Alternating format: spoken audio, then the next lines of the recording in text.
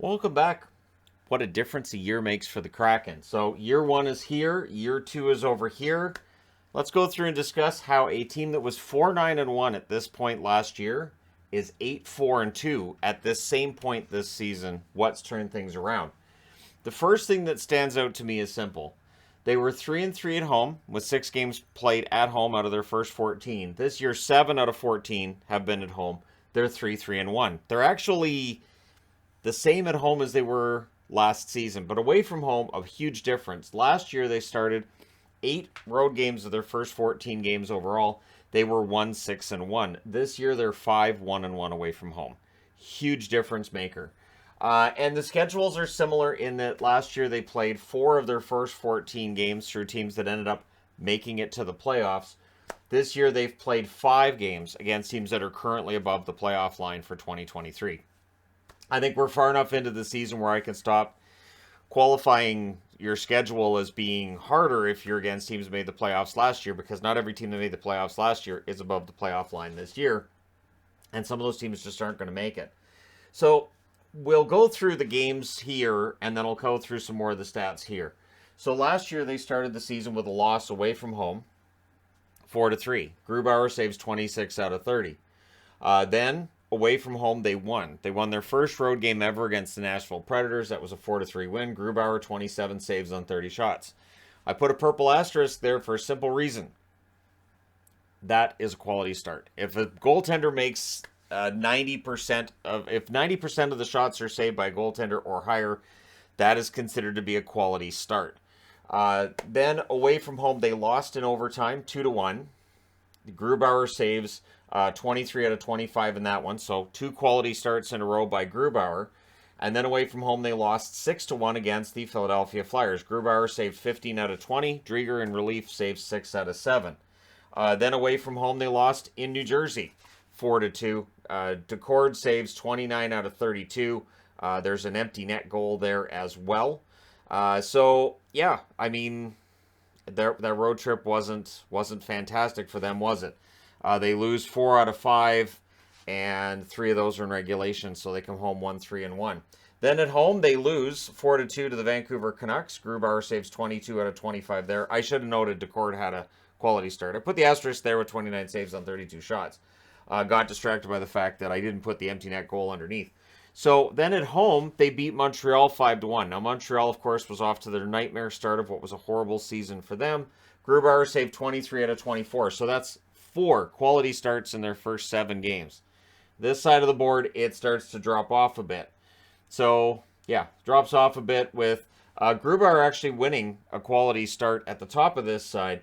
4-1 over the Minnesota Wild. That's at home. Grubauer saves 30 out of 31. So again, Grubauer was coming off of what was a really strong season with the Avalanche and got off to a decent start for Seattle as well. Then at home, much like the home game against the Minnesota Wild, this time they lose against the Rangers 3-1.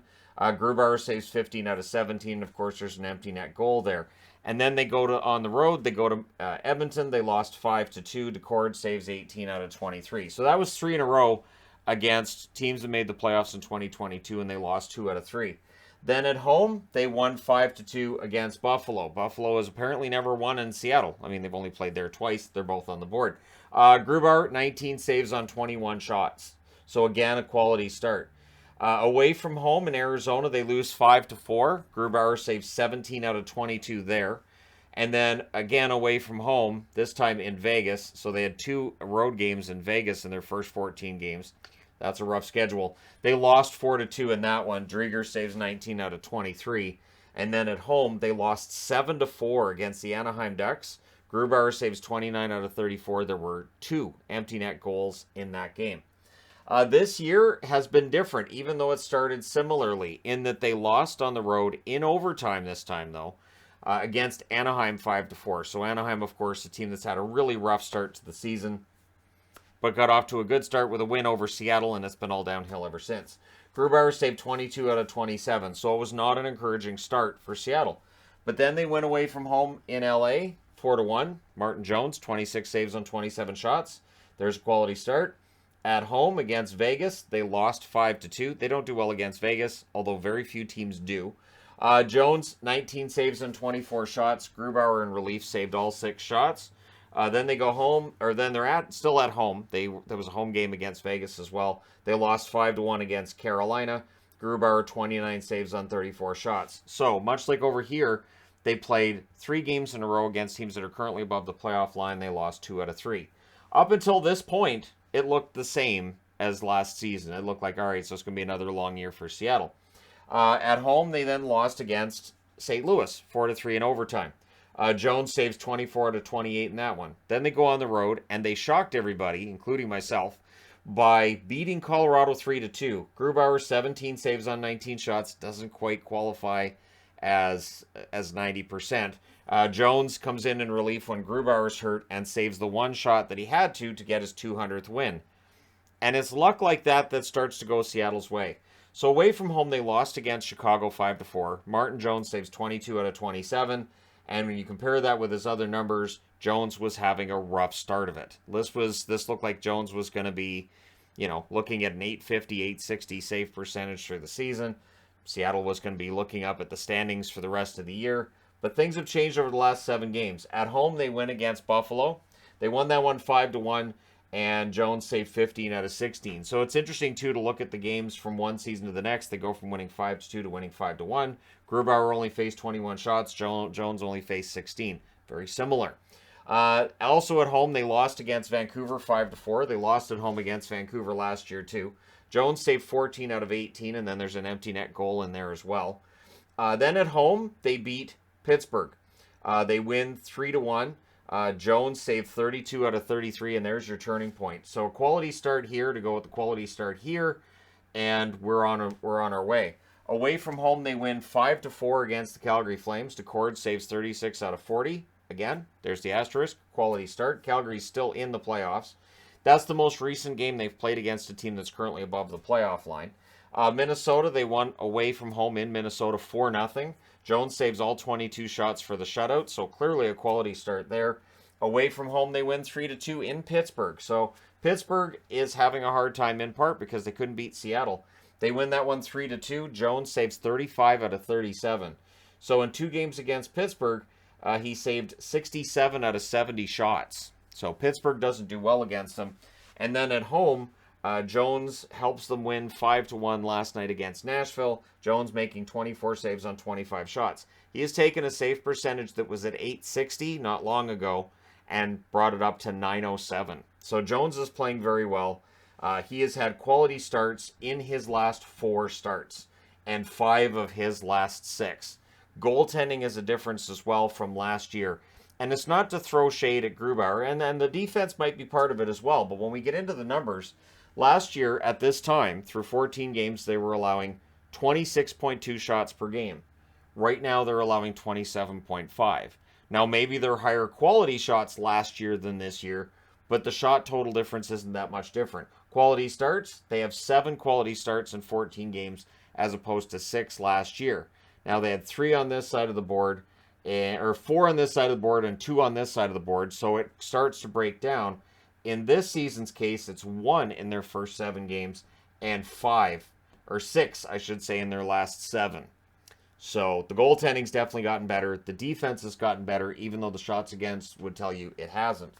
Now, again, their road record's really good, but when you look at the goal differential side of things, it helps. They're scoring 3.57 goals per game through 14 games. Last year, 2.86. They're allowing 2.93 goals against per game. You might want that to be a little better. Last year, it was 3.64 goals against per game.